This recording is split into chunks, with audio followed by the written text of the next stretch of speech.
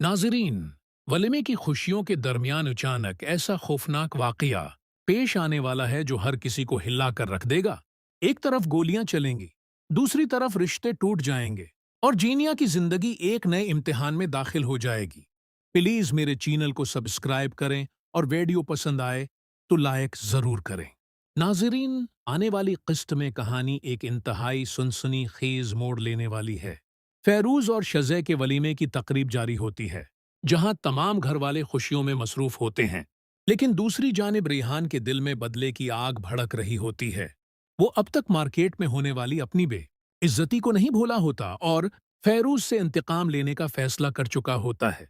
जैसे ही उसे वलीमे की तकरीब का पता चलता है, वो गुस्से में वहां पहुंच जाता है और अचानक फायरिंग शुरू कर देता है। उस फायरिंग से तकरीब में भगदड़ मच जाती है और सबके होश उड़ जाते हैं। सबसे बड़ा सदमा उस वक्त लगता है जब शहराम और फेरूज दोनों गोली लगने से शदीद जख्मी हो जाते हैं।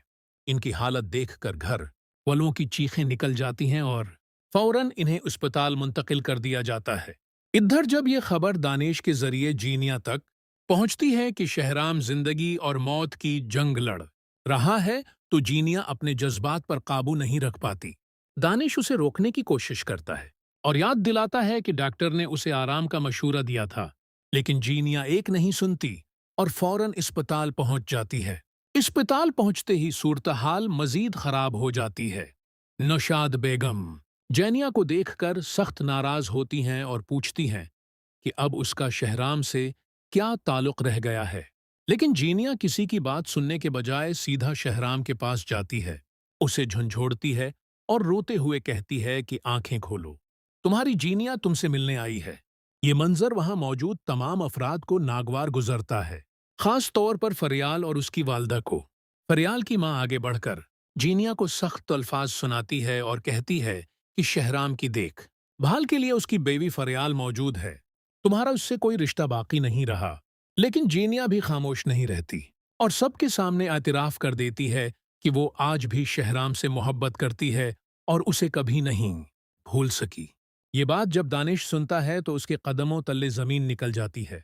वो जीनिया से कहता है कि अगर उसके दिल में आज भी शहराम ही बसता है तो फिर उसके साथ रहने का कोई फायदा नहीं। दानिश गुस्से में आपे से बाहर हो जाता है और जीनिया को तलाक देने का ऐलान कर देता है। ये सुनकर जानिया पर जैसे कयामत टूट पड़ती है। वो रोते हुए जमीन पर गिर जाती है, जबकि सीरत बेगम दानिश को रोकने की हर मुमकिन कोशिश करती हैं। वो हाथ जोड़कर मनते करती हैं कि जज्बात में आकर ऐसा फैसला न करे, लेकिन दानिश किसी की नहीं सुनता।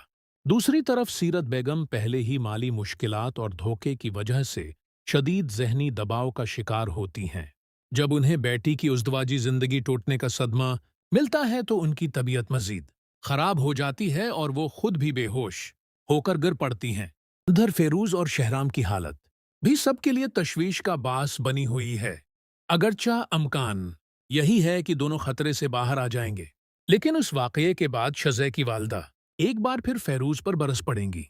वो उसे याद दिलाएंगी कि उन्होंने पहले ही खबरदार क्या था कि रेहान की वजह से मसाइल खत्म नहीं हुए और अब उनके बेटे की जान तक खतरे में पड़ गई है।